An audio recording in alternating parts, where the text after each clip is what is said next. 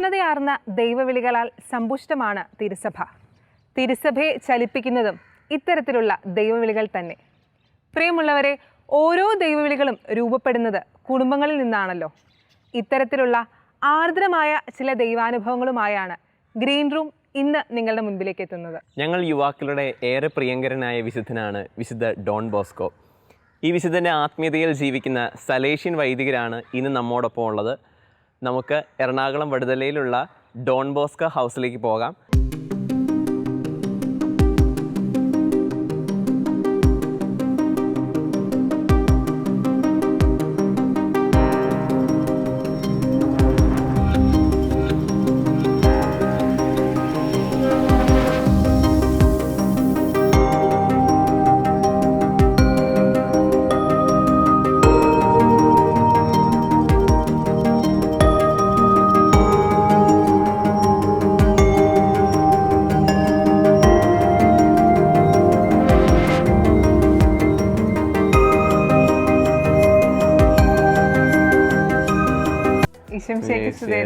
ഇപ്പോഴെപ്പോഴും സ്തുതിയായിരിക്കട്ടെ. അച്ഛാ, ഞങ്ങൾ ജസ്റ്റ് ഇവിടെ വന്ന് എല്ലാം ഒന്ന് കണ്ടിങ് വരുമായിരുന്നു. അപ്പോൾ അച്ഛനെ പരിചയപ്പെട്ടുകൊണ്ട് നമുക്ക് തുടങ്ങാം. എൻ്റെ പേര് മനു എന്നാണ്, ഫാദർ മനു. ഞാൻ മാലോം ഇടവക്കാരനാണ്. തലശ്ശേരി രൂപതയിൽ മാലോം ഇടവക്കാരനാണ് ഞാൻ. 2004 ഞാൻ സലേഷ്യൻ സഭയിലേക്ക് വരികയും ഡോൺ ബോസ്കോ അറിയുകയും സലേഷ്യൻ സഭയിൽ അംഗമാവുകയൊക്കെ ചെയ്തത്. അതിനുശേഷം ഇക്കാലം അത്രയും സലേഷ്യൻസിനോട് കൂടത്തിലായിരുന്നു. സലേഷ്യൻസിൻ്റെ ആ യുവജനങ്ങളോടുള്ള ഒരു അപ്രോച്ചാണ് എന്നെയും ഈ സഭയിലേക്ക് ആകർഷിക്കുകയും അല്ലെങ്കിൽ അവരുടെ കൂടെ നിൽക്കുവാൻ വേണ്ടിയുള്ളൊരു ആഗ്രഹമാണ് എന്നെ ഇങ്ങോട്ട് കൊണ്ടുവരികയൊക്കെ ചെയ്തത്. ഇത് ഡോൺ ബോസ്കോ വടുതല എന്ന് പറയുന്നത് സലേഷ്യൻസിൻ്റെ കേരളത്തിലെ ആദ്യത്തെ സ്ഥാപനമാണ്. 1956 ഈ സ്ഥാപനം ആരംഭിക്കുന്നത്. 1956 ഇവിടെ വന്ന ഒരു ഫ്രഞ്ച് മിഷണറി ഫ്രാൻസിസ് ഗസു എന്ന് പറയുന്ന അച്ഛനാണ് ഇവിടുത്തെ മിഷൻ പ്രവർത്തനങ്ങൾ ആരംഭിക്കുന്നത്. ഡോൺ ബോസ്കോയുടെ ചൈതന്യം ഉൾക്കൊണ്ടുകൊണ്ട് ഇവിടുത്തെ യുവജനങ്ങളുടെ ഉന്നമനത്തിനായിട്ട് ഇവിടെ ഒരു ഡോൺ ബോസ്കോ യൂത്ത് സെൻ്ററാണ് ആദ്യമായിട്ട് സ്ഥാപിക്കുന്നത്. യൂത്ത് സെൻ്റർ എന്ന് പറഞ്ഞാൽ നമ്മൾ ഡോൺ ബോസ്കോയുടെ ചരിത്രം വായിക്കുമ്പോൾ എപ്പോഴും ഡോൺ ബോസ്കോ ഓറട്ടറികൾ സ്ഥാപിച്ചായിട്ട് നമുക്ക് വായിക്കാൻ വേണ്ടി സാധിക്കും. ഓറട്ടറി എന്ന് പറഞ്ഞാൽ യുവജനങ്ങളെ ഒന്നിച്ച് ചേർക്കുവാനും അവർക്ക് കളിക്കുവാനും പ്രാർത്ഥിക്കുവാനും ഒരു കുടുംബം പോലെ ഒന്നിച്ച് ജീവിക്കുവാനും ഒക്കെ വേണ്ടിയുള്ള സ്ഥലമാണ് ഓറട്ടറി എന്ന് പറയുന്നത്. ഡോൺ ബോസ്കോയുടെ ജീവചരിത്രം വായിക്കുമ്പോൾ നമ്മൾ ഓറട്ടറി എന്ന് പറയുന്ന സ്ഥലത്തെക്കുറിച്ച് നമുക്ക് വായിക്കാൻ വേണ്ടി സാധിക്കും. ഡൊമിനിക് സാവിയൊക്കെ ഉണ്ടായിരുന്ന പോലത്തെ ഓറട്ടറി എന്ന് പറയുന്ന സ്ഥലം. ഓറട്ടറി എന്ന് പറഞ്ഞാൽ യുവജനങ്ങൾക്ക് ഒന്നിച്ച് വരുവാനും അവർക്ക് കളിക്കുവാനും പഠിക്കുവാനും പ്രാർത്ഥിക്കുവാനും ഒരു കുടുംബമായിട്ട് ഒന്നിച്ച് ജീവിക്കുവാനുമുള്ള ഒരു സ്ഥലമാണ് ഈ ഓറട്ടറി എന്ന് പറയുന്നത്. അപ്പോൾ ഇവിടുത്തെ യുവജനങ്ങളുടെ ഒരു വളർച്ചയ്ക്ക് വേണ്ടി ആദ്യമായി നമ്മൾ ഇവിടെ ഒരു ഡോൺ ബോസ്കോ യൂത്ത് സെൻ്ററാണ് സ്ഥാപിച്ചത്. അതിനുശേഷം എന്തൊക്കെയായിരുന്നു ഇവരുടെ ആവശ്യങ്ങൾ, ഈ സമൂഹത്തിൻ്റെ ആവശ്യങ്ങൾ, അതിനനുസരിച്ച് വ്യത്യസ്തമായ സ്ഥാപനങ്ങളാണ് ഈ ഒരു ക്യാമ്പസിൽ നിങ്ങൾക്ക് കാണുവാൻ വേണ്ടി സാധിക്കുന്നത്. ഇവിടെ നമുക്കൊരു ITI ഉണ്ട്, ഡോൺ ബോസ്കോ ITI ഉണ്ട്. അവിടെ ഇവിടുത്തെ കുറേ കുട്ടികൾ പഠിച്ച് ജോലി സംബന്ധമായ വ്യത്യസ്തമായ മേഖലകളിലേക്ക് അവർ പോയിട്ടുണ്ട്. നമുക്കൊരു മെക്കാനിക്കൽ വർക്ക്ഷോപ്പ് ഉണ്ട് ITIയോട് അനുബന്ധിച്ച് തന്നെ. അതിനുശേഷം നമുക്ക് ഇവിടെ ഒരു ICSE സ്കൂളുണ്ട് കുട്ടികൾക്ക് പഠിക്കുവാൻ വേണ്ടിയുള്ള. പിന്നീട് നമ്മൾ കാലങ്ങൾ കഴിഞ്ഞപ്പോൾ ഇവിടെ ഒരു സ്പോർട്സ് അക്കാഡമി ഉണ്ട്. അതിൽ നിന്ന് തന്നെ കുറച്ചുകൂടെ വളർന്ന ഒരു ഫുട്ബോൾ അക്കാഡമി ഉണ്ട്.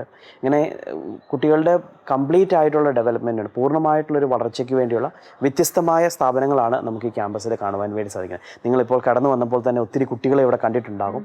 ഇവിടെ ഈ സമ്മറിൻ്റെ ഭാഗമായിട്ട് ഏപ്രിലും മെയ്യിലും ഓരോ ക്യാമ്പുകൾ നടത്താറുണ്ട്. സ്പോർട്സ് അനുബന്ധിച്ചും അല്ലെങ്കിൽ കുട്ടികളുടെ പേഴ്സണാലിറ്റി ഡെവലപ്മെൻറ്റിനൊക്കെ വേണ്ടിയുള്ള ക്യാമ്പുകൾ കണ്ടത്. അതിൽ പാർട്ടിസിപ്പേറ്റ് ചെയ്യുന്ന കുട്ടികളെയാണ് നിങ്ങളിപ്പോൾ ഈ കടന്നു വന്നപ്പോൾ ഈ ക്യാമ്പസിൽ കണ്ടത്.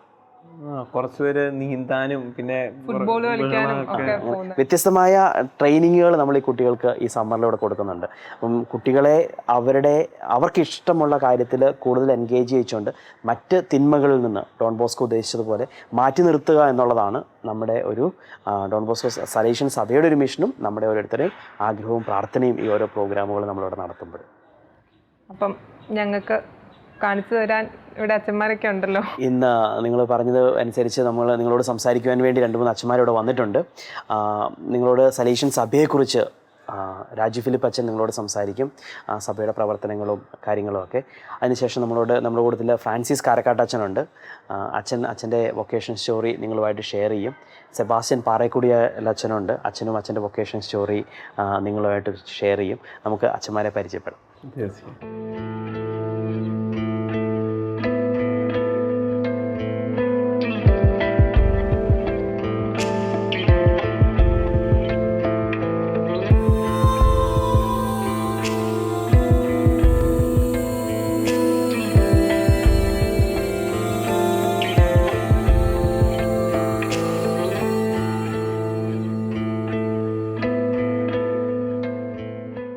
അച്ഛനെ ഒന്ന് പരിചയപ്പെടുത്താമോ? എൻ്റെ പേര് ഫാദർ രാജു ഫിലിപ്പ്. ഞാൻ ഇടുക്കി ജില്ലയിൽ തൊടുപുഴയിലാണ് എൻ്റെ വീട്, കരിങ്കുന്നം ഇടവക. ഞാൻ ഡോൺ ബോസ്കോ സഭയിൽ 1982 10ാം ക്ലാസ്സിൽ കഴിഞ്ഞതിന് ശേഷമാണ് ഡോൺ ബോസ്കോ മണ്ണൂത്തിയിൽ എൻ്റെ വൈദിക വിദ്യാർത്ഥി ജീവിതം ആരംഭം കുറിച്ചത്. അതിനുശേഷം ഞാനിപ്പോൾ വൈദികനായിട്ട് ഇപ്പോൾ 26 വർഷമായി. ഈ വർഷത്തിൽ പല സ്ഥലങ്ങളിൽ ഞാൻ ശുശ്രൂഷ ചെയ്യാനായിട്ട്, ഒരു മിഷണറി വൈദികനായിട്ട് ശുശ്രൂഷ ചെയ്യാനായിട്ട് അവസരം ലഭിച്ചിട്ടുണ്ട്. ഇപ്പോൾ ഞാൻ ഡോൺ ബോസ്കോയുടെ കേരളത്തിലെ ആദ്യത്തെ സ്ഥാപനമായ ഡോൺ ബോസ്കോ വടുതലയിൽ ടെക്നിക്കൽ സ്കൂളിൻ്റെ ഇൻചാർജായിട്ട് ഇവിടെ ജോലി ചെയ്യുകയാണ്. അച്ഛാ, സലേഷ്യൻ സഭയെക്കുറിച്ച് ഞങ്ങൾക്ക് കേൾക്കാൻ ഒത്തിരി ആഗ്രഹമുണ്ട്. അപ്പോൾ സലേഷ്യൻ സഭയെക്കുറിച്ചൊന്ന് പറയാമോ? സലേഷ്യൻ സഭ 1815 ഭൂജാതനായ വിശുദ്ധ ജോൺ ബോസ്കോ സ്ഥാപിച്ച സഭയാണ്.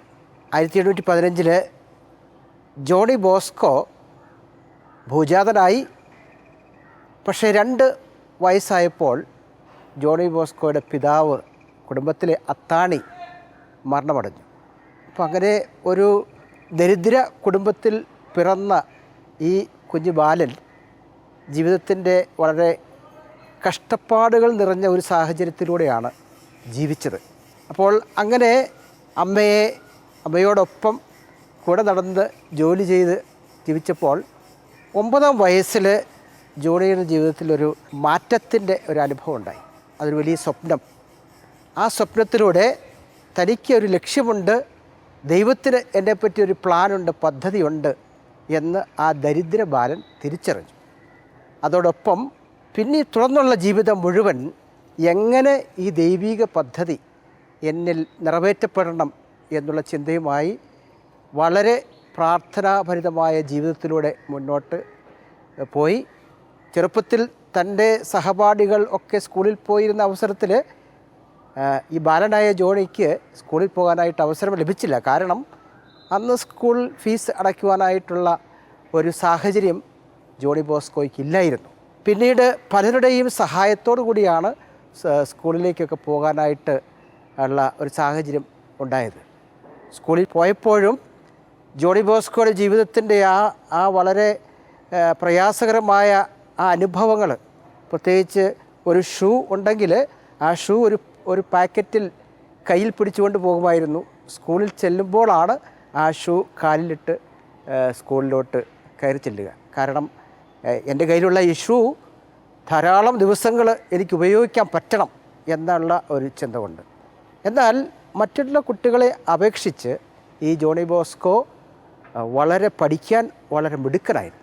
അപ്പോൾ അതുകൊണ്ട് തന്നെ ആ പഠിക്കുന്ന അവസരത്തിൽ ജോണി ബോസ്കോയ്ക്ക് സ്കോളർഷിപ്പ് ഒക്കെ ലഭിച്ചു. അതുപോലെ സ്വഭാവത്തിലും പ്രാർത്ഥനയിലുമൊക്കെ എപ്പോഴും മുൻപന്തിയിലായിരുന്നു.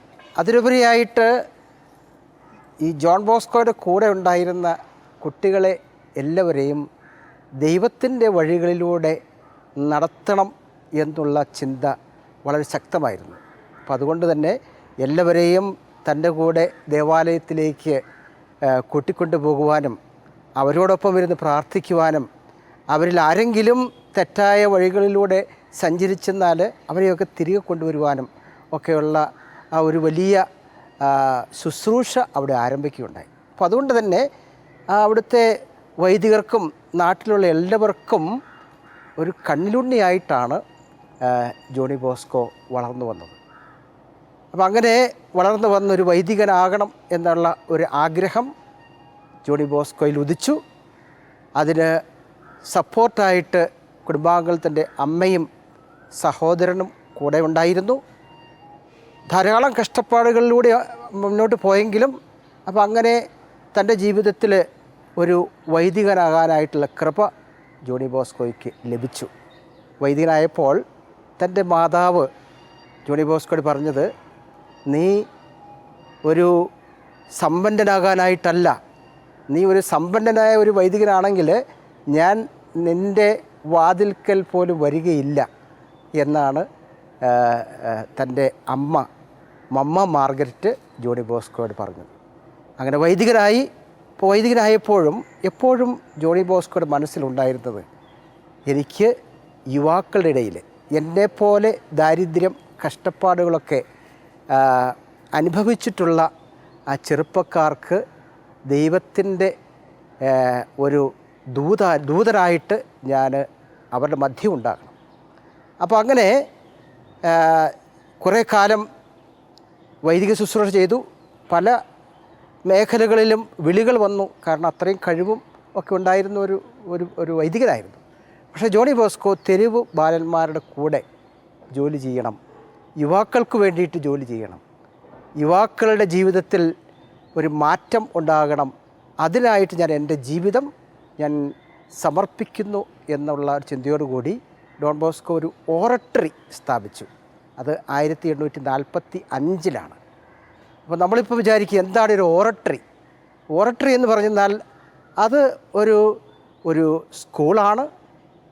കുട്ടികൾ പഠിക്കാനായിട്ടുള്ള അവസരങ്ങൾ അവിടെയുണ്ട്. അത് ഒരു കളിസ്ഥലമാണ്. കുട്ടികൾക്ക് കളിക്കാനും ഉല്ലസിക്കുവാനുള്ള ഒരു സ്ഥലം അവിടെയുണ്ട്. അതൊരു പ്രാർത്ഥനാലയമാണ്. അവിടെ കുട്ടികൾക്ക് പ്രാർത്ഥിക്കാനായിട്ടുള്ള അവസരങ്ങൾ ഉണ്ട്.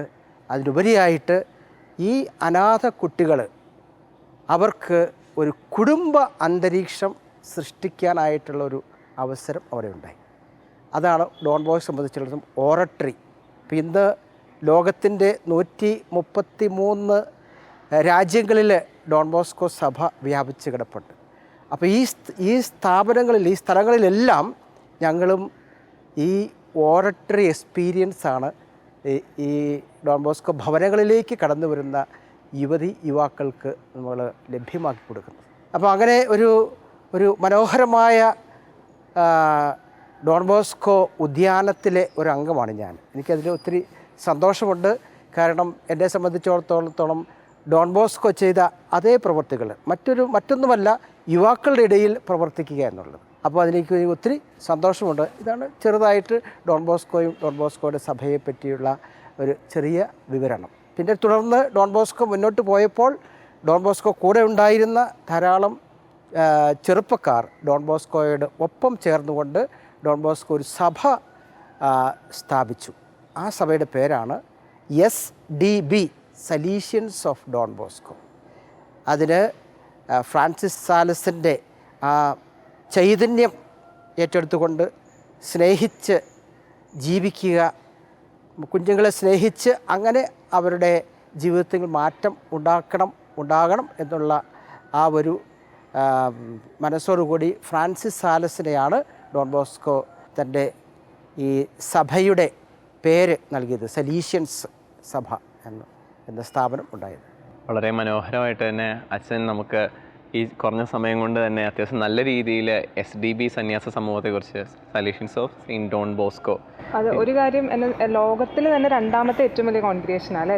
അതെ, ലോകത്തിലെ തന്നെ രണ്ടാമത്തെ ഏറ്റവും വലിയ സഭയാണ് സലീഷ്യൻ സഭ. നമ്മുടെ കേരളത്തിൽ ഇപ്പോൾ ഏതാണ്ട് 30ഓളം സ്ഥാപനങ്ങൾ കേരളത്തിൽ തന്നെ ഉണ്ട്. അതുപോലെ തന്നെ കർണാടകത്തിൽ, ഇന്ത്യ ഒട്ടാകെ ഏതാണ്ട് 300ഓളം സ്ഥാപനങ്ങൾ ഡോൺ ബോസ്കോയ്ക്കുണ്ട്. അപ്പം ഇന്ത്യയിൽ തന്നെ ഏതാണ്ട് ഒരു വലിയ സാന്നിധ്യം, ഡോൺ ബോസ്കോയുടെ സാന്നിധ്യം എല്ലാ മേഖലകളിലും ഉണ്ട്. പ്രത്യേകിച്ച് നമ്മൾ നോർത്ത് ഈസ്റ്റിലൊക്കെ പോയി കഴിഞ്ഞാൽ ഡോൺ ബോസ്കോ എന്ന പേര് എല്ലാവർക്കും സുപരിചിതമാണ്. നമ്മൾ ഡോൺ ബോസ്കോ സ്ഥാപനം എന്നതിലുപരിയായിട്ട് ഡോൺ ബോസ്കോയുടെ ഉദ്ദേശം നമ്മുടെ ഇടയിലെ യുവജനങ്ങളിലെ നന്മ വളർത്തിയെടുക്കുക, നല്ല പൗരന്മാരായിട്ട്, നല്ല വിശ്വാസികളായിട്ട്, നല്ല നേതൃത്വമുള്ള യുവാക്കന്മാരായിട്ട് നമ്മുടെ യുവജനങ്ങളെ രൂപപ്പെടുത്തിയെടുക്കുക എന്നതാണ് ആത്യന്തികമായിട്ട് ഡോൺ ബോസ്കോയുടെ ഉദ്ദേശം. അങ്ങനെ നമുക്കൊരു നല്ല സമൂഹം നമ്മുടെ ചുറ്റുപാടുണ്ടാകണം. അങ്ങനെ ദൈവത്തിൻ്റെ സാമ്രാജ്യം ഈ ഭൂമിയിൽ സ്ഥാപിക്കപ്പെടണം എന്നുള്ള ഉദ്ദേശത്തോടു കൂടിയുള്ള മിഷൻ പ്രവർത്തനങ്ങളാണ് നമ്മൾ ഇപ്പോൾ ലോകത്തിൻ്റെ വിവിധ ഭാഗങ്ങളിൽ ചെയ്തുകൊണ്ടിരിക്കും. ഡോൺ ബോസ്കോയുടെ പടത്തിൻ്റെ ഒക്കെ താഴെ മിക്കവാറും എഴുതി വെച്ചേക്കുന്ന ഒരു വാചകം run play but do not sin എന്നുള്ള ഒരു വാചകമാണല്ലോ. അപ്പോൾ ഇവിടെ വന്നപ്പോൾ ഞങ്ങൾ കണ്ടു ഒത്തിരി കുഞ്ഞുപിള്ളേർ അവർ കളിക്കുന്നു, കുറച്ച് പേര് സ്വിമ്മിംഗ് ഉണ്ട്, ഫുട്ബോളും അങ്ങനെ. അപ്പം ഈ ഡോൺ ബോസ്കോയുടെ സ്ഥാപനങ്ങളിലെല്ലാം പിള്ളേർക്ക് കളിക്കാനും സന്തോഷിക്കാനും എന്നാൽ പാപം ചെയ്യാത്തൊരു സാഹചര്യവും ഒരുക്കി കൊടുക്കുകയാണ് സലേഷൻ അച്ഛന്മാർ ചെയ്യുന്നതെന്ന് തോന്നുന്നല്ലേ. ഞങ്ങൾക്കും കണ്ടപ്പോഴും അത് തന്നെയാണ് മനസ്സിലായത്. തീർച്ചയായിട്ടും അതുതന്നെയാണ് ഡോൺ ബോസ്കോയുടെ ആത്യന്തികമായിട്ടുള്ള ഉദ്ദേശം. സത്യം പറഞ്ഞാൽ നമ്മുടെ രാജ്യത്തിൻ്റെയൊക്കെ ഒരു സമ്പത്ത് എന്ന് പറയുന്നത് ഈ യുവജനങ്ങളാണ്. അവരെ തന്നെ ലക്ഷ്യം വെച്ച് അവരെ നന്നായിട്ട് വാർത്തെടുക്കുക എന്നുള്ള ഒരു വലിയൊരു മിഷൻ തന്നെയാണ്. അങ്ങനെ വലിയ മിഷനോട് താല്പര്യമുള്ളവരോട്, അതായത് മഹത്തായ ഈ ഒരു മിഷനോട് താല്പര്യമുള്ളവർക്കെല്ലാം സലേഷൻ സഭയിലേക്ക് വരാം അല്ലേ അച്ഛാ? വലിയൊരു ഓപ്പർച്യൂണിറ്റിയാണ് സലേഷൻ സഭ താല്പര്യമുള്ളവർക്ക് കൊടുക്കുന്നത് അല്ലേ? തീർച്ചയായിട്ടും തീർച്ചയായിട്ടും. അച്ഛൻ ഞങ്ങളോട് ഇത്രയേരം സംസാരിച്ചാൽ ഞങ്ങൾക്ക് വേണ്ടി ഇത്രയും സമയം കണ്ടതിന് ഒരുപാട് നന്ദി. Thank U.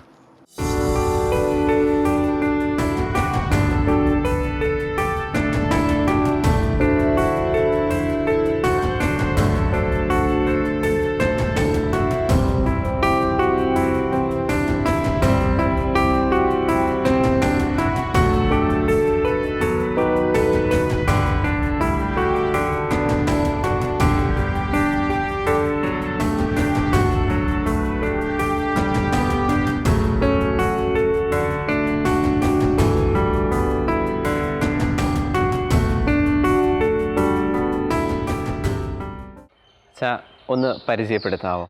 എൻ്റെ പേര് ഫാദർ സെബാസ്റ്റ്യൻ പാറാട്ടുകുടി. ഞാൻ സലേഷ്യൻസ് ഓഫ് ഡോൺ ബോസ്കോ സഭാംഗമാണ്. ഞാനിപ്പോൾ ജോലി ചെയ്യുന്നത് തുംകൂർ ഡോൺ ബോസ്കോയിൽ minor seminary dean of studies ആയിട്ടാണ്. വീട്ടിലായിരിക്കും അച്ഛാ? എൻ്റെ വീട്ടിൽ അമ്മയുണ്ട്, ചേട്ടൻ, 3 അനിയത്തിമാർ. പപ്പ എൻ്റെ ചെറുപ്പത്തിൽ, ഞാൻ 9ാം ക്ലാസ്സിൽ പഠിക്കുമ്പോൾ തന്നെ പപ്പ മരിച്ചുപോയി. ചേട്ടൻ കല്യാണം കഴിഞ്ഞു, ഭാര്യയും മക്കളൊക്കെ ആയിട്ട് സുഖമായിട്ട് ജീവിക്കുന്നു. അതുപോലെ തന്നെ അനിയത്തിമാരുടെയും കല്യാണമൊക്കെ കഴിഞ്ഞ് അവർ സുഖമായിട്ട് ജീവിക്കുന്നു. അച്ഛൻ്റെ കുട്ടിക്കാലത്തെ സ്മരണകളൊക്കെ എങ്ങനെ ഒന്ന് പറയാമോ? തീർച്ചയായിട്ടും. പപ്പ 9ാം ക്ലാസ്സിലേക്ക് മരിച്ചു പോയതുകൊണ്ട് ഇച്ചിരി ബുദ്ധിമുട്ടുള്ള ജീവിതം തന്നെയായിരുന്നു. ഞാൻ സ്ഥിരമായിട്ട് പള്ളിയിൽ ആൽത്താര ശുശ്രൂഷയൊക്കെ ആയിട്ട് പോകുമായിരുന്നു. അപ്പോൾ ആ കാലഘട്ടത്തിലായിരിക്കാം ഒരു പക്ഷേ പള്ളിയോടൊക്കെയുള്ള സ്നേഹമൊക്കെ വന്നതും. സ്ഥലം എവിടെയായിരുന്നു വെച്ചാ? സ്ഥലം ഞാൻ തമിഴ്നാട്ടിലെ നീലഗിരി ജില്ലയിലെ കയ്യൂന്നി എന്ന് പറഞ്ഞ സ്ഥലത്തു നിന്നാണ് ഞാൻ വരുന്നത്. തണുപ്പൊക്കെയുള്ള സ്ഥലം. അതെ തീർച്ചയായിട്ടും. അപ്പോൾ പിന്നീട് എനിക്ക് പള്ളിയിലെ കപ്പിയാരാകാനൊരു അവസരം ലഭിച്ചു. അതിന് കാരണം മറ്റൊന്നുമല്ല, വീട്ടിൽ ചില ബുദ്ധിമുട്ടൊക്കെ ആയതുകൊണ്ട് മമ്മി ഒറ്റയ്ക്കായിരുന്നു ഞങ്ങളെയൊക്കെ നോക്കിക്കൊണ്ടിരുന്നത്. അപ്പോൾ എന്തെങ്കിലും വീട്ടിലേക്കൊരു സഹായമാകുമല്ലോ എന്ന് വിചാരിച്ചിട്ട് ഞാൻ ആ ഉത്തരവാദിത്വം ഏറ്റെടുത്തത്. അന്നത്തെ കാലത്ത് 650 രൂപയായിരുന്നു എനിക്ക് ശമ്പളമായിട്ടുണ്ടായിരുന്നത്. അപ്പോൾ +1 +2 പഠിക്കുന്ന കാലഘട്ടത്തിൽ ഞാനും പള്ളിയിലെ കപ്പിയാരായിരുന്നു. ഇച്ചിരി വലിയ പള്ളിയാണ്, അപ്പം അതിൻ്റേതായ ഉത്തരവാദിത്തങ്ങളൊക്കെ ഉണ്ടായിരുന്നു. അപ്പം ഞാൻ അതിരാവിലെ എഴുന്നേറ്റ് ഒരു 45 മിനിറ്റ് നടന്നാണ് ഞാൻ പള്ളിയിൽ പോയിക്കൊണ്ടിരുന്നത്. 5:15 നടന്നിട്ടുണ്ടെങ്കിൽ 6 മണി പള്ളിയിലെത്തുമായിരുന്നു. അങ്ങനെ 2 വർഷക്കാലം അങ്ങനെയാണ് ചിലവഴിച്ചത്. പള്ളിയിലെത്തിയ ശേഷം മണിയൊക്കെ അടിച്ച് കുർബാനയ്ക്കൊക്കെ ഒരുക്കി വെച്ച് ശുശ്രൂഷയിലൊക്കെ പങ്കുകൊണ്ട് അതിനുശേഷം അച്ഛന്മാർക്കുള്ള ബ്രേക്ക്ഫാസ്റ്റും മഠത്തിൽ നിന്ന് കൊണ്ടുവന്ന ശേഷമാണ് ഞാൻ സ്കൂളിലേക്ക് പോയിക്കൊണ്ടിരുന്നത്. അങ്ങനെ സ്കൂളിലെ പഠനം കഴിഞ്ഞ് നേരെ തിരിച്ച് പള്ളിയിലോട്ട് വരും. ബാക്കി പള്ളിയിലെ കാര്യങ്ങൾ ചെയ്ത് അച്ഛന്മാർക്കുള്ള അത്താഴം മഠത്തിൽ നിന്ന് കൊണ്ടുവന്ന ശേഷമാണ് പിന്നെ തിരിച്ച് വീട്ടിലെത്തിക്കിട്ടുന്നത്. അപ്പോൾ വീട്ടിലെത്തുമ്പോൾ ഏകദേശം ഒരു 8 മണിയൊക്കെ ആകുമായിരുന്നു രാത്രി. അപ്പോൾ ഇങ്ങനെയായിരുന്നു ആ ഒരു കാലഘട്ടം ഞാൻ ചിലവഴിച്ചത്. കൂടുതൽ സമയം പള്ളിയുമായിട്ട് ബന്ധപ്പെട്ടിട്ടായിരുന്നു അല്ലേ ആ ഒരു +1 +2? അതെ പള്ളിയായിട്ട് ഒത്തിരി ബന്ധമുണ്ടായിരുന്നു. അത് മിഷൻ ലീഗിൽ പ്രവർത്തിച്ചിരുന്നു, KCOM-ലൊക്കെ പ്രവർത്തിച്ചിരുന്നു ആ കാലഘട്ടത്തിലൊക്കെ. ഓക്കെ, ഇതിൻ്റെയൊക്കെ ഇടയിൽ നിന്ന് അച്ഛൻ എപ്പോഴാണ് ദൈവവിളിയുടെ ഒരു ഹിൻ്റ് അച്ഛന് കിട്ടി തുടങ്ങുന്നത്? തീർച്ചയായിട്ടും 10ാം ക്ലാസ് കഴിഞ്ഞ സമയത്ത് എനിക്ക് സെമിനാരിൽ പോകണമെന്ന് ആഗ്രഹം ഉണ്ടായിരുന്നു. അപ്പോൾ ഞാൻ നോബർട്ടൈൻസ് സഭാംഗമാകാനായിരുന്നു ഞാൻ ആദ്യം ആഗ്രഹിച്ചത്. പക്ഷേ ചില സാങ്കേതിക കാരണങ്ങൾ കൊണ്ട് എനിക്കന്ന് ചേരാനായിട്ട് സാധിച്ചില്ല. കാരണം ഒന്നാമത് തന്നെ ഞങ്ങളുടെ അവിടെ റിസൾട്ടുകളൊക്കെ താമസിച്ചായിരുന്നു തമിഴ്നാട്ടിൽ പബ്ലിഷ് ചെയ്യുന്നത്. അതായിരുന്നു ഒരു കാരണമായിട്ടുണ്ടായിരുന്നത്. അപ്പോൾ പിന്നീട് ആ വർഷം തന്നെ അതിനെക്കുറിച്ച് ചിന്തിച്ചില്ല. നേരെ +1 +2 പഠിക്കുകയാണ് ഉണ്ടായത്. അച്ഛൻ്റെ ലേറ്റ് വൊക്കേഷൻ ആയിരുന്നു അല്ലേ? അച്ഛൻ +2 ഒക്കെ കഴിഞ്ഞ് ഡിഗ്രി കഴിഞ്ഞിട്ട് അച്ഛനായ ആളായിരുന്നു. അപ്പോൾ അച്ഛൻ ഡിഗ്രി ഒക്കെ എന്തായിരുന്നു, വീട്ടിൽ തന്നെ ആയിരുന്നോ? അതെ ഞാൻ ഡിഗ്രി പഠിച്ചത് വീട്ടിൽ തന്നെയാണ്. ഞാൻ BSc കമ്പ്യൂട്ടർ സയൻസ് ആണ് പഠിച്ചത്.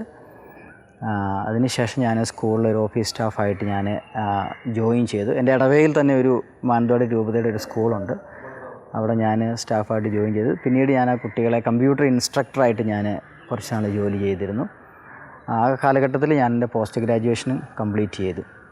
അപ്പോൾ +2 പഠനത്തിന് ശേഷം അച്ഛൻ അപ്പോഴും പൗരോഹിത്യം മനസ്സിൽ സൂക്ഷിച്ചിരുന്നോ? +2 പഠനത്തിന് ശേഷം ജീവിതത്തിന് തിരക്കുകളും കാര്യങ്ങളൊക്കെ ആയതുകൊണ്ട് എവിടെയോ ഒരു സ്പാർക്ക് ഉണ്ടായിരുന്നു, പക്ഷേ ഞാൻ അതിന് വലിയൊരു ശ്രദ്ധ കൊടുത്തില്ല എന്ന് വേണം പറയാനായിട്ട്. പിന്നെ എപ്പോഴാണ് ഇങ്ങോട്ട് തിരിയാന്ന് വിചാരിച്ചത്? വളരെ യാദൃശ്ചികമായിട്ട് ഉള്ളൊരു സംഭവമായിരുന്നു അത്. ഞാൻ ഒരു ദിവസം ഞാൻ സ്കൂളിൽ ഇച്ചിരി ഒഫീഷ്യൽ വർക്ക് ചെയ്തുകൊണ്ടിരിക്കുകയായിരുന്നു. കുട്ടികളുടെ മാർക്കൊക്കെ എൻ്റർ ചെയ്ത് അങ്ങനെ കുറച്ച് കാര്യങ്ങൾ ചെയ്തുകൊണ്ടിരിക്കുമ്പം എനിക്കൊരു കൊളീഗ് ഉണ്ടായിരുന്നു, sister Donna Abraham SH.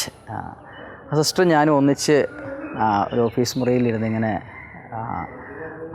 Office വർക്കുകൾ ചെയ്തുകൊണ്ടിരുന്നപ്പോൾ ഓൾ ഓഫ് എ സഡൻ സിസ്റ്ററാണ് എന്നോട് ചോദിച്ചത്, എന്തുകൊണ്ടൊരു വൈദികനായിക്കൂടാ, ഒരു വൈദികനായിട്ടുണ്ടെങ്കിൽ എത്ര മനോഹരമായിരുന്നേനെ. പക്ഷേ അന്ന് ആ നിമിഷം ഞാൻ സിസ്റ്റർ അത് പറഞ്ഞപ്പോൾ ഞാൻ സിസ്റ്ററിനെ കളിയാക്കി ഒരു തരം പുച്ഛിച്ച് തള്ളുന്ന രീതിയിലുള്ള ഒരു എക്സ്പ്രഷനായിരുന്നു എൻ്റെ ഭാഗത്തു നിന്നുണ്ടായിരുന്നു. പക്ഷേ പിന്നീട് ഞാൻ ആ ചോദ്യത്തെ വളരെ സീരിയസ് ആയിട്ട് എടുക്കുകയും ഞാൻ ചിന്തിക്കുകയും ചെയ്തു. സിസ്റ്റർ പറഞ്ഞ കാര്യമാണ് അത് വളരെ എന്തോ അതെനിക്ക് തീർച്ചയായിട്ടും ഒരു പക്ഷേ ഒരു ദൈവത്തിൻ്റെ വിളി എന്ന് പറയുന്നത് മനുഷ്യരിലൂടെ ഇങ്ങനെയൊക്കെ ആയിരിക്കും നമ്മുടെ മുന്നിലേക്ക് വരുന്നത്. അപ്പോൾ ഞാൻ അതിനെ സീരിയസ് ആയിട്ട് ചിന്തിക്കുകയും ആ നിമിഷം മുതലാണ് പിന്നീടും ഈ ഒരു ദൈവവിളിയുടെ ചിന്തകൾ എൻ്റെ മനസ്സിലേക്ക് കടന്നു വരുന്നതൊക്കെ. അപ്പോൾ ഡോണ സിസ്റ്ററാണ് ആ കനൽ വീണ്ടും ഒന്ന് കത്തിച്ചെടുത്തത്. അതെ. അപ്പോൾ അച്ഛൻ എങ്ങനെയാണ് സലേഷ്യൻ സഭയെ പറ്റി അറിയുന്നതും സലേഷ്യൻ സഭയിലേക്ക് വരുന്നതൊക്കെ എങ്ങനെയാണ്? ഞാൻ പഠിപ്പിച്ചുകൊണ്ടിരുന്നപ്പോൾ +2 കഴിഞ്ഞ എൻ്റെ ഒരു വിദ്യാർത്ഥി തന്നെ എന്നോട് ഒന്ന് ചോദിച്ചു, സാർ എനിക്ക് സെമിനാരിൽ പോകാൻ താല്പര്യമുണ്ട്, അപ്പം എങ്ങോട്ടാണ് എന്നുള്ളത് എനിക്ക് ഐഡിയ ഇല്ല, എന്നോടൊന്ന് പറഞ്ഞു തരാമോ? ആ കുട്ടിക്ക് അറിയില്ല അച്ഛൻ ഇങ്ങനെ ഒരു ചെറിയ ആഗ്രഹം ഉണ്ടെന്നൊന്നും അറിയത്തില്ല. ആ കുട്ടിക്ക് അറിയില്ലായിരുന്നു. പക്ഷേ അപ്പോൾ ഞാൻ എൻ്റെ ജ്യേഷ്ഠ സഹോദരൻ ബത്തേരി ഡോൺ ബോസ്കോയിൽ സ്റ്റാഫായിരുന്നു. അപ്പോൾ ഞാൻ ചേട്ടനോടാണ് ചോദിച്ചത് എന്താ ചെയ്യേണ്ടതെന്ന്. അപ്പോൾ ഒരു ദിവസം ഞാനങ്ങനെ ബത്തേരി ഡോൺ ബോസ്കോയിൽ പോവുകയും അവിടുത്തെ ഡയറക്ടർ അച്ഛനെ കണ്ട് ഈ കാര്യം പറഞ്ഞ് ആ അച്ഛനാണ് എനിക്ക് ഡോൺ ബോസ്കോ ബാംഗ്ലൂർ പ്രോവിൻസിൻ്റെ കേരളത്തിലുള്ള വൊക്കേഷൻ പ്രൊമോട്ടറിൻ്റെ അച്ഛൻ്റെ നമ്പർ തന്നത്. അപ്പോൾ ഈ പയ്യന് വേണ്ടി വിളിക്കാനായിട്ടാണ് ഞാൻ നമ്പർ മേടിച്ചുകൊണ്ട് വന്നത്. അപ്പം അതിനുശേഷം അപ്പോൾ ഞാനും അതേസമയം മണ്ഡ്യ രൂപതയിൽ ചേരാൻ വേണ്ടിയിട്ട് ഞാൻ തയ്യാറായിരിക്കുകയായിരുന്നു. അപ്പോൾ ചില സാങ്കേതിക കാരണങ്ങൾ കൊണ്ട് എനിക്ക് ബിഷപ്പിനെ മീറ്റ് ചെയ്യാനായിട്ട് സാധിച്ചില്ല. എന്നാൽ അതേസമയം ഞാൻ എൻ്റെ ഒരു വിദ്യാർത്ഥിക്ക് വേണ്ടി ഈ വൊക്കേഷൻ പ്രൊമോട്ടറെ വിളിച്ചപ്പോൾ ഞാനും എൻ്റെ ഒരു ആഗ്രഹം ഇങ്ങനെ പറഞ്ഞു, ഞാനിങ്ങനെ സെമിനാറിൽ ചേരാൻ ഞാനും തീരുമാനമെടുത്തിരിക്കുകയാണ് എന്ന് പറഞ്ഞു. അതിനുശേഷം എൻ്റെ ജ്യേഷ്ഠ സഹോദരൻ അച്ഛൻ ജോലി ചെയ്തിരുന്ന കോളേജിലെ ബഹുമാനപ്പെട്ട ആൻ്റണി തെക്കേടത്ത് അച്ഛനുമായിട്ട് ഈ കാര്യം പങ്കുവെക്കുകയുണ്ട്. ഇതേപോലെ അനിയൻ സെമിനാരിൽ പോവുകയാണ്, ഇച്ചിരി ലേറ്റായിട്ടാണ് അവൻ പോകുന്നത്, ഒരുപക്ഷെ വിഷമത്തോടെ ആയിരിക്കും പറഞ്ഞിട്ടുള്ളത്. അപ്പോൾ അച്ഛൻ പറഞ്ഞു, ഓക്കെ അങ്ങനെയാണെങ്കിൽ മണ്ഡ്യ രൂപതയിൽ പോകാതെ നീ ഇവിടെ ജോലി ചെയ്യുന്നുണ്ട് അവനെ സലീഷ്യൻസിലേക്ക് വിടാനായിട്ട് പറഞ്ഞു. അപ്പോഴാണ് ചേട്ടനോട് പറഞ്ഞത്, ഇങ്ങനെയൊരു അച്ഛനൊരു കാര്യം പറഞ്ഞിട്ടുണ്ട്, അതിനെക്കുറിച്ച് ചിന്തിക്കുന്നു എന്ന്. അപ്പോഴാണ് ഞാൻ അതിനെക്കുറിച്ച് ഒന്നുകൂടി ചിന്തിച്ച് ഞാൻ ആ വൊക്കേഷൻ പ്രൊമോട്ടർസെ കോൺടാക്ട് ചെയ്തു. കാരണം ബത്തേരി ഡോൺ ബോസ്കോയിൽ ആ സലീഷ്യൻ അച്ഛന്മാരുടെ പ്രവർത്തനങ്ങളൊക്കെ ഞാൻ ധാരാളം കണ്ടിട്ടുണ്ടായിരുന്നു. യുവജനങ്ങളുടെ ഇടയിൽ വളരെ ആക്റ്റീവായിട്ട് എല്ലാ കാര്യങ്ങൾക്കും അവരോട് കൂടെ പ്രവർത്തിക്കുന്ന സലീഷ്യൻ അച്ഛന്മാരെ ഞാൻ കണ്ടിട്ടുണ്ടായിരുന്നു. അപ്പോൾ ഞാൻ ഈ വൊക്കേഷൻ പ്രൊമോട്ടർസെ കണ്ട് കാര്യം പറഞ്ഞപ്പോൾ എനിക്ക് ഏറ്റവും കൂടുതൽ എന്നെ സ്വാധീനിച്ചത്, അച്ഛൻ തിരക്കായിരുന്നിട്ട് പോലും എൻ്റെ വീടിൻ്റെ അടുത്താണ് പാടിവയിലാണ് ഞങ്ങൾ നൊവിഷ്യേറ്റ് കമ്മ്യൂണിറ്റി ഉള്ളത്. അപ്പോൾ അന്നത്തെ നോയിസ് മാസ്റ്റർ ആയിരുന്ന ബഹുമാനപ്പെട്ട ജോയിസ് തോണിക്കുഴിയിൽ അച്ഛൻ ഉടൻ തന്നെ എൻ്റെ വീട്ടിൽ വരികയും എന്നെ കാണുകയും ഞങ്ങളോട് സംസാരിക്കുകയൊക്കെ ചെയ്തു. അപ്പോൾ അച്ഛൻ്റെ ഇടപെടലും വളരെ പെട്ടെന്നുണ്ടായ ആ ഒരു റെസ്പോൺസ്, അച്ഛന്മാരുടെ ഭാഗത്തുള്ള ആ ഒരു റെസ്പോൺസ്, അതെനിക്ക് ഒത്തിരി ഇഷ്ടപ്പെട്ടു. അങ്ങനെയാണ് ശരിയെങ്കിൽ സലേഷ്യൻസിൽ തന്നെ ചേരാമെന്നുള്ള ഒരു തീരുമാനത്തിലേക്ക് ഞാൻ എത്തിച്ചേരുന്നത്. അങ്ങനെ അച്ഛൻ സലേഷ്യൻ സഭയിൽ വന്ന് ഇപ്പോൾ പൗരോഹിത്യത്തിൽ അനുഗ്രഹീതനായിട്ട് സത്യം പറഞ്ഞ് നിൽക്കുന്നു. തീർച്ചയായിട്ടും. അച്ഛൻ ഒരു കാര്യം കൂടെ ചോദിക്കുകയാണെങ്കിൽ, നിങ്ങൾ വീട്ടിൽ അച്ഛനും സഹോദരങ്ങളും അമ്മയൊക്കെ ആയിരുന്നല്ലോ, ലേറ്റ് വൊക്കേഷനും കൂടെയാണ്, ഒരു കല്യാണാലോചനയൊക്കെ വരുന്ന സമയത്ത് ആ ഒരു സമയത്താണ് അച്ഛൻ ഇങ്ങ് പോകുന്നത്. അപ്പോൾ വീട്ടിലെ പ്രതികരണം എങ്ങനെയായിരുന്നു, പ്രത്യേകിച്ച് അമ്മയുടെ ഒക്കെ? ഒരു പക്ഷേ ഇൻറ്റേർണലി അവർക്ക് അത്ര സന്തോഷം നൽകുന്നൊരു കാര്യം ആയിരുന്നില്ല എന്നാണ് ഞാൻ മനസ്സിലാക്കിയത്. പക്ഷേ അമ്മ ആഴമുള്ള വിശ്വാസമുള്ളൊരു വ്യക്തിയാണ്. എല്ലാ പ്രതിസന്ധി ഘട്ടങ്ങളിലും നന്നായിട്ട് പ്രാർത്ഥിക്കുകയും ഞങ്ങളോടൊക്കെ പ്രാർത്ഥിക്കാൻ പറയുകയും വളരെ റെഗുലറായിട്ട് പള്ളിയിൽ പോവുകയും അങ്ങനെ കുർബാനയിലൊക്കെ പങ്കെടുക്കുകൊണ്ട് കുടുംബ പ്രാർത്ഥനയ്ക്ക് വളരെ പ്രാധാന്യം നൽകുന്ന അതാണ് എനിക്ക് ഇവിടെ പറയാനുള്ളത്. കുടുംബ പ്രാർത്ഥനയ്ക്ക് വളരെയധികം പ്രാധാന്യം നൽകുന്നൊരു വ്യക്തിയായിരുന്നു എൻ്റെ അമ്മ എന്ന് പറയുന്നത്. അപ്പോൾ തീർച്ചയായിട്ടും പ്രാർത്ഥനയിൽ ഒരു പക്ഷേ അമ്മ ഇതൊക്കെ സമർപ്പിച്ച് കീഴടങ്ങുവാനുള്ള ആ ഒരു കൃപയ്ക്ക് വേണ്ടി പ്രാർത്ഥിച്ച് കാണുമായിരിക്കും. അതുകൊണ്ടായിരിക്കും എങ്കിലും പിന്നീട് അവരെല്ലാവരും എന്നെ സപ്പോർട്ട് ചെയ്യുകയാണ് ചെയ്തത്. അങ്ങനെ ആരും ബലം പിടിച്ച് പോകരുതെന്ന് എന്നോട് ആരും പറഞ്ഞിട്ടുണ്ടായിരുന്നില്ല. പക്ഷേ അവർക്ക് അവരുടേതായ ബുദ്ധിമുട്ടുകളും ഉണ്ടായിരുന്നു ഞാൻ ആ സമയത്ത് പോകുന്നതുകൊണ്ട്. അവർക്ക് വിഷമം ഉണ്ടായിരുന്നെങ്കിലും അച്ഛൻ്റെ സന്തോഷത്തിന് വേണ്ടി. തീർച്ചയായിട്ടും. അപ്പോൾ ഒരു പക്ഷേ സന്തോഷമാക്കി മാറ്റി അവരെനിക്ക് വേണ്ടി പ്രാർത്ഥിച്ചു കാണുമായിരിക്കും. പിന്നെ അച്ഛൻ്റെ ഇടവകയിൽ ഒരു പട്ടം നടന്നപ്പം അല്ലേ, അതിനെക്കുറിച്ചൊന്ന് അതെ തീർച്ചയായിട്ടും. 2011 ഞാൻ എൻ്റെ പട്ടത്തിന് മുന്നേ അവസാനമായിട്ട് എൻ്റെ ഇടവകയിൽ തിരുപ്പട്ടം നടക്കുന്നത്. അപ്പോൾ ഒരു ചേട്ടൻ്റെ അനിയൻ്റെയും പട്ടമാണ് നടന്നുകൊണ്ടിരുന്നത്. അപ്പോൾ അന്ന് ഞാൻ സ്കൂളിൽ കുട്ടികൾക്ക് പ്രാക്ടിക്കൽ എക്സാം കഴിഞ്ഞിട്ട് പട്ടം ഏകദേശം കഴിഞ്ഞു, വികാരിച്ച് നന്ദി പ്രകടനം നടത്തിക്കൊണ്ടിരിക്കുമ്പോഴാണ് ഞാൻ പള്ളിമുറ്റത്തേക്ക് കയറി ചെല്ലുന്നത്.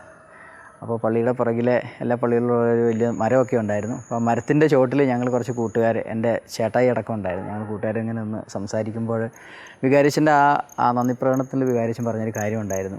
ഇന്ന് ഈ തിരുപ്പട്ടം കഴിഞ്ഞതോടുകൂടി നമ്മുടെ ഇടവകയിൽ നിന്ന് ആരും തന്നെ സെമിനാരിയിലില്ല. അപ്പം നമ്മുടെ വിശ്വാസ സമൂഹത്തെ സംബന്ധിച്ച് വളരെ അപകടത്തിലേക്ക് നമ്മൾ പോകുന്നത് പോലെയാണ് എനിക്ക് തോന്നുന്നത്. അതും നമ്മളെല്ലാവരും ഈ മേഖലയെക്കുറിച്ച് വളരെ സീരിയസ് ആയിട്ട് ചിന്തിക്കേണ്ട ഒരു നിമിഷമാണെന്ന് അച്ഛൻ പറയുകയുണ്ടായിരുന്നു. അപ്പോൾ ഞങ്ങൾ അന്നേരം അവിടെ തമാശയൊക്കെ പറഞ്ഞു, ഓക്കെ മക്കളുണ്ടാകുമ്പോൾ അവരെ വിട്ടേക്കാമെന്നൊക്കെ പറഞ്ഞ് ഞങ്ങൾ തമാശയൊക്കെ പറഞ്ഞു. പക്ഷേ ദൈവത്തിൻ്റെ പദ്ധതി ഇങ്ങനെയായിരുന്നു. ആ തമാശ പറഞ്ഞ കൂട്ടത്തിൽ നിന്ന് തന്നെ ദൈവം ഒരുത്തനെ ആദ്യം തന്നെ പിടിച്ചിട്ടു. ഓക്കെ, അതിനുശേഷം സെമിനാരിൽ പോയത് പിന്നെ ഞാനായിരുന്നു.